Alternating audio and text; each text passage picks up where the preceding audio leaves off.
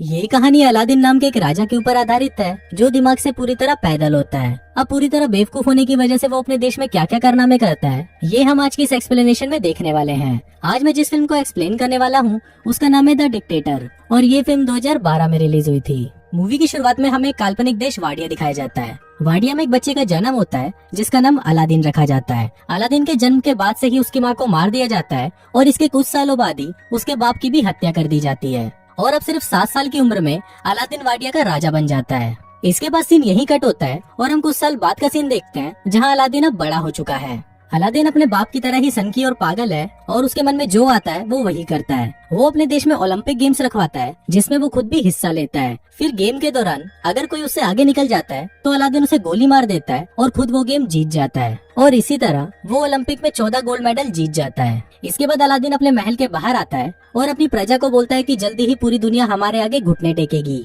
हम जल्दी ही nuclear weapon तैयार कर लेंगे, पर किसी पर हमला करने के लिए नहीं बल्कि शांति बनाए रखने के लिए। और ये बोलते ही वो हंसने लग जाता है। इसके बाद अलादीन अपने न्यूक्लियर रिसर्च सेंटर में जाता है और वहाँ पर वो अपने चाचा तामीर से मिलता है।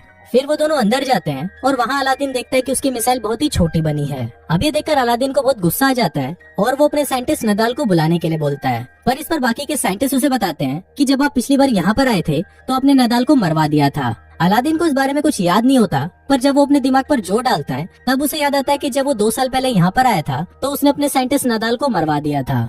अब फिल्म वापस प्रेजेंट में आती है और एक साइंटिस्ट अलादीन को बोलता है कि शायद आप ये बात भूल गए थे, पर इस पर अलादीन हंसते हुए उसे बोलता है कि मैं भूला नहीं था और फिर वो उस साइंटिस्ट को भी मरवा देता है। इसके बाद अलादीन वापस अपने महल में आ जाता है जहाँ पर उसकी सिक्योरिटी में सिर्फ लड़कियां होती हैं। दरअसल अलादीन अपनी सिक्योरिटी के लिए सिर्फ लड़कियां ही रखता है ताकि बाद में वो उन्हें बचा सके। फिर जब अलादीन अपनी कार से बाहर निकलता है तभी वहाँ एक आदमी आकर उसे गोली मार देता है, पर बाद में हमें पता चलता है कि ये आदमी अलादीन नहीं बल्कि उसका डुप्लीकेट था।